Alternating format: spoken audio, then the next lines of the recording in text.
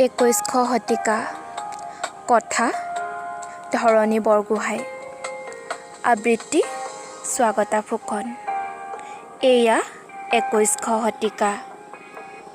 ইয়াত কাৰো হাতত সময় নাই, দিন পাৰ হয় ব্যস্ততাৰ মাজত।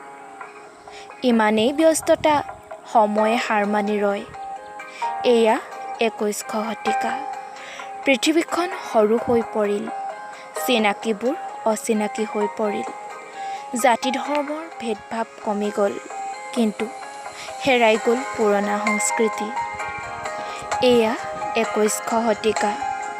নতুন নতুন আৱিষ্কাৰ হ'ল, মানুহৰ চাহিদা পূৰণ হ'ল।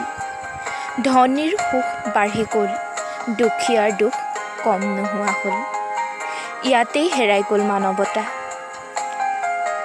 এয়া 21শ শতিকা।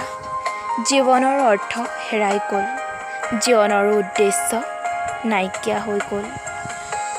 ধনৰ তৃপ্তি পাই গ'ল, মনৰ সুখবোৰ নোহোৱা হ'ল।